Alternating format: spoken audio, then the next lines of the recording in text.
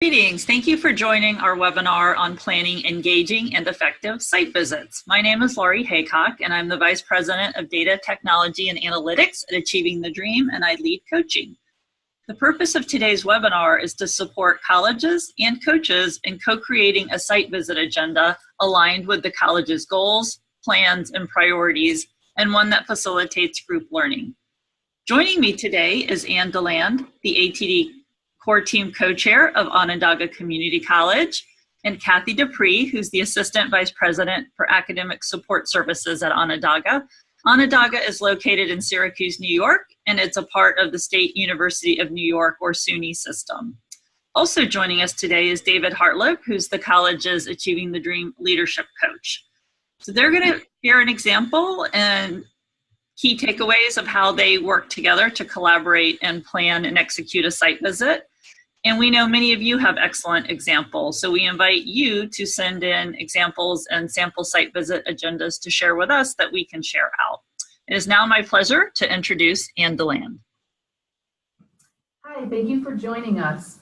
Today we're going to talk about the main points and steps that we use to follow and plan a really productive site visit with our ATD coaches.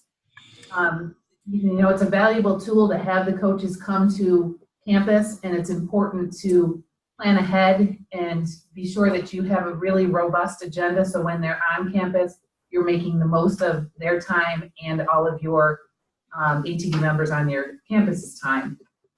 So what we try to do is we do an overview of what our main goals of a site visit would be, and then we work from there to fine-tune the agenda. So the biggest thing is to validate the work that our teams are doing on campus, and to be sure that that's being recognized within the teams and with the coaches, so that work is really being validated and moving forward. This is Kathy, and it's really important to get that feedback from the coaches for the teams, because in a lot of cases, this is the first time that we're approaching a campus-wide student success initiative of this type, and you're pulling in people from all across the campus. So you get that collaboration of people who are working together already, and just that validation that, yes, you're in the right direction. Here's some tips on where to go. It's very important to get that feedback, not just for your work teams, but for the campus as a whole. This is David. In addition to that, it's really helpful from a coach's perspective to have very much in mind the goals that the college want to achieve at a particular site visit. And obviously that varies whether you're in your first year and your first visit, or your third year and your second visit, whatever. But Anne is really good about, prior to a coach visit, telling us what she thinks that the college wants to accomplish. And that helps the coaches focus, so we don't come in with a preconceived agenda that isn't appropriate. And as the slide shows, evaluating your progress is important too, so that as you're moving forward, you're looking at where you've come from, where you're going, and you have a really set plan that you're discussing with the coaches. You're tying it to your implementation plan that you submitted in your, at the end of your first year, and really making sure that as your team is moving forward, that progress is kind of being monitored and discussed amongst the coaches. And it's really important that this part of planning the visit doesn't lead to just show and tell or dog and pony shows where the folks just come in and tell you what they're doing. In the case here at Onondaga, and that's the ideal case, it leads to discussion, it leads to probing questions, and trying to really deeply understand what's going on and give advice based upon that. And really the evaluation loop is really important, so that you're not just looking at what you're doing, assessing your progress, but then how does that shape how you're moving forward? And the site visits really prompt, as David said, those conversations and that feedback. So it's not just the people who are working on those initiative teams, involving the entire campus and different constituencies on that end. They can see the process that is happening so that they can become part of it as well.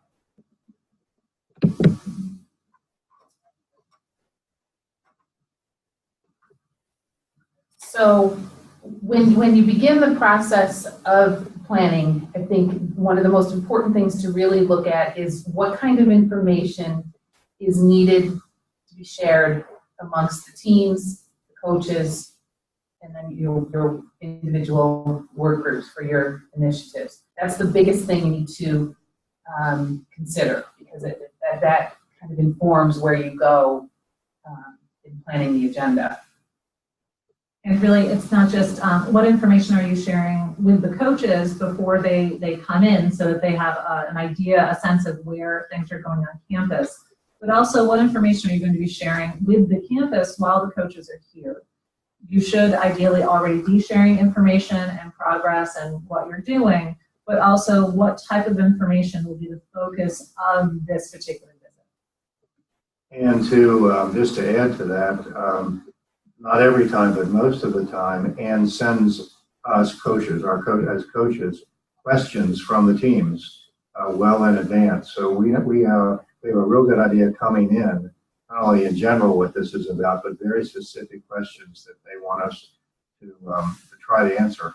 And that allows us, when it's necessary, to do a little research on our own or call around to other colleges in advance, so that we aren't blindsided by something we didn't know was coming. And really, these questions are coming from not just the core team, but the initiative teams as well, so that everything, all different perspectives of the work is going to be represented in this visit. And depending on the individual visit, because the visits will vary. Clearly, your first visit and a kickoff is very different than when you're really deep into the work and you're really finding a lot of forward movement. It changes who needs to be there. It changes what the discussions will revolve around. It changes why are we having this visit, depending on the time of year it is, or where you are in that particular segment of the year, and then when the visit is. I mean, we've had various meetings with our coaches. It's always once in the fall, once in the spring, but this year, once in January in Syracuse. Yeah, that wasn't so much fun.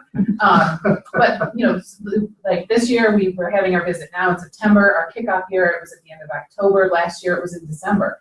So depending on when that is, really determines what you're going to accomplish in the planning process. And the idea of putting an agenda together, in the final analysis, it's owned by the college, and so here Ann puts it together. We understand that. But it's really done in a very collaborative way. We contact each other by phone or email or both, talk about those goals and objectives that we had on a previous slide, and then about very specific kind of things. And sometimes coaches, because of whatever's going on at the college, will say we really want to do X, and that's always accommodated. But in the end, the college owns the agenda, so Ann puts it together. And that agenda really comes together, again, not just with the core team, but for all of the work groups and all the individuals involved. Because again, depending upon the purpose for that visit, a kickoff visit might be more generalized questions. How do you think we should approach this type of idea? What have other colleges done? And it can go to, for instance, our visit this time with some very specific work that we are doing, and we're looking for some advice and guidance of best practices, or how can they help our different teams work together. So it really does depend on the purpose for the visit, and again, the time of the semester, because the dynamics of your campus is different as well. So you need to keep that into account when you are doing your agendas. The other thing is we always try to bring in other people on campus too, not just necessarily our teams, but we try to have at least one event or one portion of the visit to include more people on campus, so it doesn't become just the specific ATD teams on campus meeting with the coaches. We really try to get the coaches out front and center on campus, so it kind of reinvigorates the ATD initiatives and really gets us going, especially after a summer break or something, so you might feel that something's lagging because everyone's been, off for the summer or, whatever that may be. So it's really important to pull in other folks on campus to to make sure that everyone is feeling included, even if they're not on a particular team. Go ahead. Oh, and it's also important, just to, another point of why you should include the entire campus community is because the work that you're doing is not isolated and on its own. So you don't want the visits to appear that, oh, this is just for the Achieving the Dream people who are working on this. Your work is campus-wide, so these visits should be campus-wide as well. And then the other thing that I can't stress enough is that planning ahead is so important to make sure that when the coaches come, you don't want it to just be us really just asking question after question after question. By planning ahead, the coaches are able to come to us with research that they've done or specific information that's relevant to our work. So there's just as much work on the coach's end as on our end to make a really productive agenda, because we really want to make the most of everyone's time. So by planning ahead, it allows both of us to prepare a lot of information and a lot of background so that it's really everyone's time is well spent. And then we need to look at how the responsibilities for both the coaches and the college. For example, this is a picture of our kickoff. So our president came in and spoke to the entire campus community. We took over our college's arena, and it was a big deal. It was involving everyone in the work. Everyone was part of this event. So it's very important to have full campus buy-in to what we're doing so that everyone is part of the work, everyone is part of the success.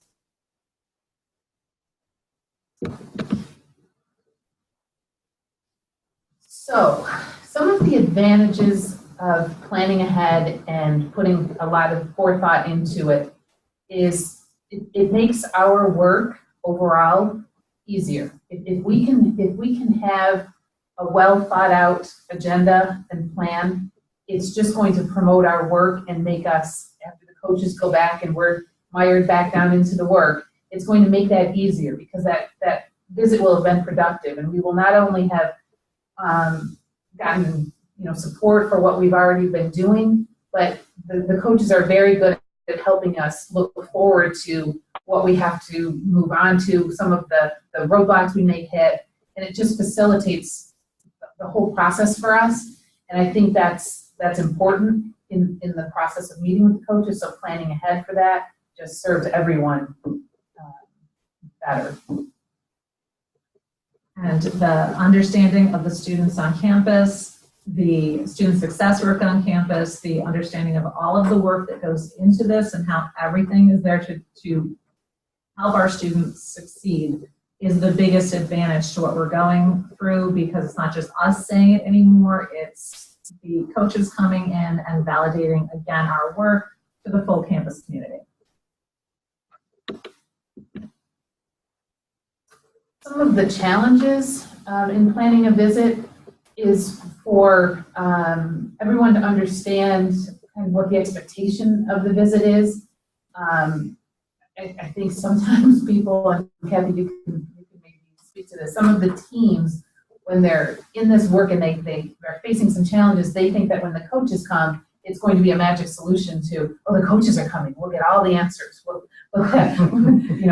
everything will be solved because the coaches are coming. And it's not quite that easy, so we need to spend time prior to the visit to make sure that the teams understand what the expectations are and what the roles are of the coaches coming, and even us as chairs of the teams, making sure that everyone understands that. And then when we have larger campus kind of events, when the coaches are here, that the campus understands what the coaches' roles are. Because the other thing that we run into sometimes is making sure that our campus understands that even though we're an Achieving the Dream college, these initiatives are Onondaga initiatives. They are not ATD initiatives. And it's important, I think, to make sure that the campus understands that.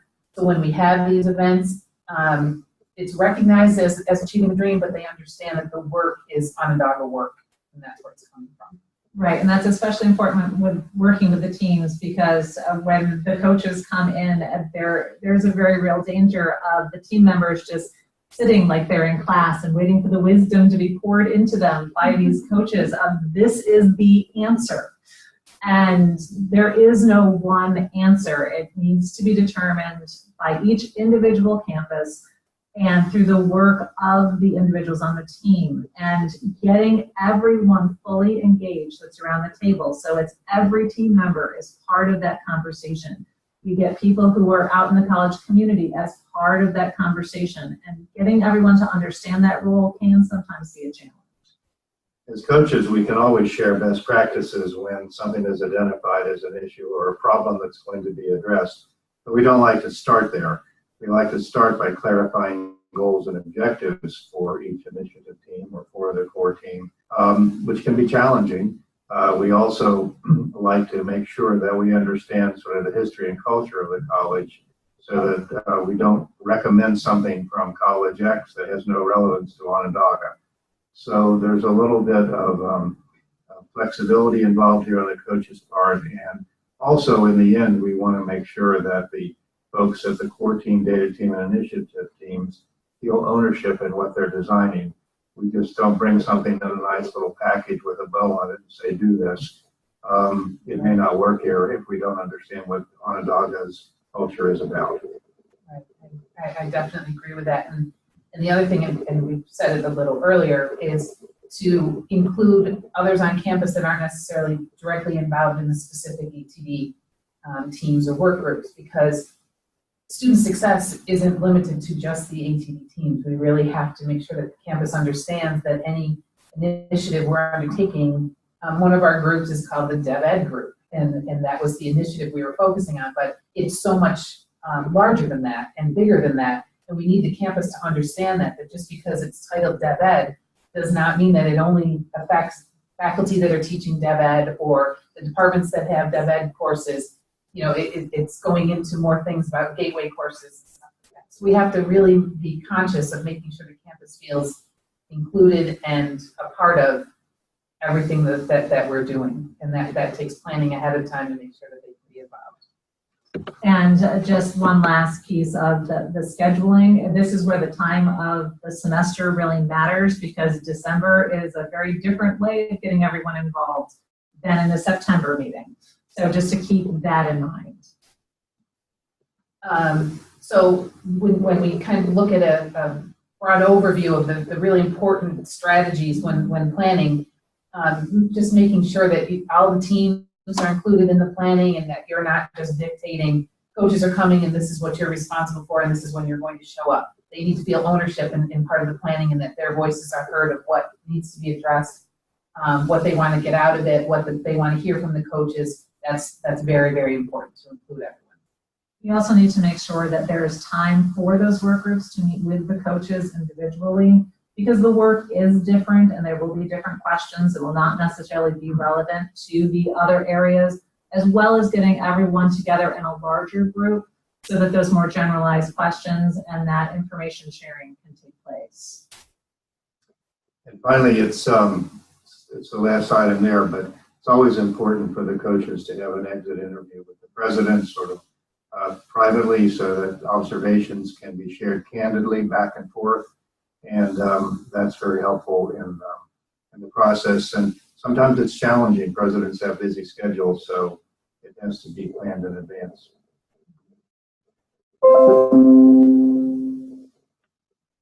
So we thank you for joining us today.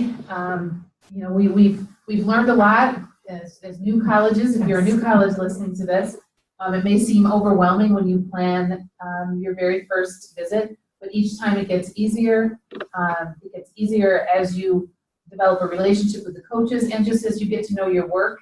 The priorities of what you want to accomplish with the visits really is clear, and it makes the planning a little bit easier. We hope the information we've shared today helps any of you, all of you. And if you have any questions after you've listened to this, or you want any tips or advice, feel free to reach out to us. My contact information is on the screen, as well as David's, and we'd be glad to offer any advice that we can to help you through your process. Thank you so much, Ann, Kathy, and David, for sharing your insights and engaging in peer learning with the network. That's what we're all about. We're all on the student success journey together, and we really value you sharing your experiences with us on how to make site visits engaging and effective. Thank you. Thank you.